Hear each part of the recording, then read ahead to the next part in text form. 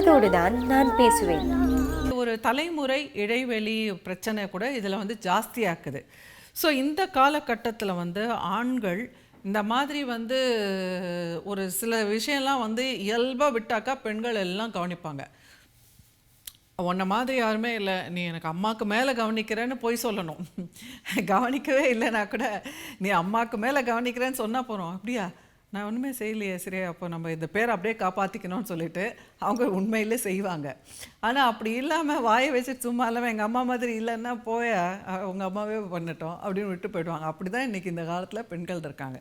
So அதனால் ஆண்களுக்கு வந்து ஓரளவுக்கு இந்த கம்யூனிகேஷன் வந்து நாக்கு நல்லபடியாக இருக்கணும்.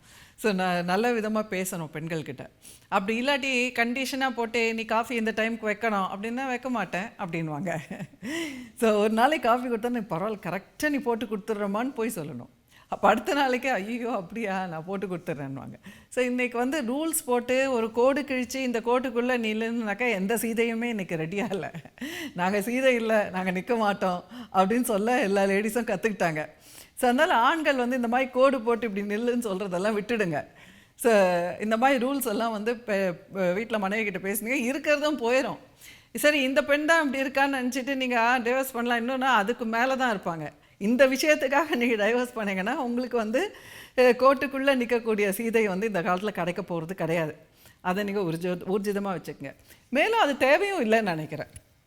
இன்றைக்கி காலகட்டத்தில் வந்து ஒரு ஆண் பெண் வந்து ஃப்ரெண்ட்ஸாக பழகிக்கணும். அதை வந்து ஆண்கள் கற்றுக்கணும். ஆண்களை வளர்க்கும் பொழுது அதுதான் நான் சொல்கிறேன், பிள்ளைகளை வளர்க்கும் பொழுது அது குறிப்பாக ஆண் பிள்ளைகளை வளர்க்குறது இந்த காலத்தில் ரொம்ப கஷ்டம். நிறைய கற்றுக்கணும் பெற்றோர்கள்.